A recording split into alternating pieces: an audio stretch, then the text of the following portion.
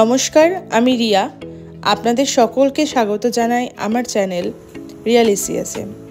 আজকে খুব সহজে চটজলদি বানিয়ে ফেলবো আমরা সুজির চিলা। এটা বানাতে আমরা একটা পাত্রে কিছুটা পরিমাণ সুজি নিয়ে ফেলবো। আমি মোটামুটি 3-4টে বানানোর জন্য 6 চামচের মতো সুজি নিয়েছিলাম। তার মধ্যে ছোট বাটির 1 বাটি ফ্যাটানো দই দিয়ে এটাকে ভালো করে ফেটিয়ে নিতে হবে। এটা খুব হেলদি আর এটা খাওয়া স্বাস্থ্যের পক্ষে ভীষণই ভালো, কারণ এর মধ্যে ভেজাল কোনো জিনিস নেই। তাই এটা ঘরের মধ্যে যে উপকরণ রয়েছে তা দিয়ে আমরা খুব সহজেই বানিয়ে ফেলতে পারি। এটাকে একটু লিকুইড করার জন্য, কারণ সুজিটা ফুলে যায়, সেই কারণের জন্য এর মধ্যে আমরা সামান্য পরিমাণে জল অ্যাড করব। দিয়ে সেটা ভালো করে ফেটিয়ে নেব যাতে কোনো লাম্পস এর মধ্যে না থাকে। তারপর সেটাকে ভালো করে ফেটিয়ে কিছুক্ষণের জন্য রেখে দেব। এই চিলাটা খেলে আমাদের কোনো শারীরিক ক্ষতি হয় না। এটা খাওয়া খুবই ভালো। যে কোনো জলখাবার খাওয়ার সময় আমরা এটা বানাতে পারি। এর মধ্যে সামান্য আমরা নুন দিয়ে দেব। নুন দিয়ে সেটাকে আবার ভালো করে ফেটিয়ে নেব। সকালবেলা বা বিকেলবেলা আমরা কিছু ছোটোখাটো স্ন্যাক্স খাওয়ার জন্য এটা খেতেই পারি। তারপর এটা ঢেকে আমরা 5 মিনিট রেখে দিয়ে ততক্ষণে আমরা কিছু সবজি কেটে নেব, যেমন ক্যাপসিকাম, গাজর, যা যা আছে আমার কাছে, যা যা ছিল আমি সেই উপকরণগুলো এর মধ্যে অ্যাড করেছি। সাথে ঝাল খেলে যেরকম ঝাল আপনারা খাবেন লঙ্কাটাও অ্যাড করতে পারেন।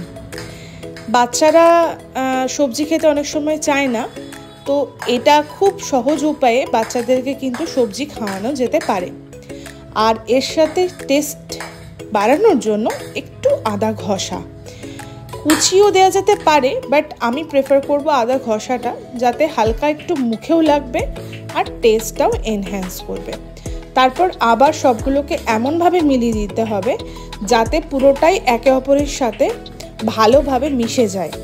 মিশে আবার এটাকে কিছুক্ষণের জন্য রেখে দিতে হবে যাতে এটা থেতিয়ে একটা ব্যাটারের মতন তৈরি হয়, কিন্তু একটু তরল। তারপরে ফ্লেভার এনহ্যান্স করার জন্য আমি আরেকটা পাত্রে একটু তেল, একটু সর্ষে আর সামান্য শুকনো লঙ্কা খড়িয়ে এর মধ্যে দিয়ে দিয়েছি। তারপর এটাকে আবার ভালোভাবে মিক্স করে নিতে হবে।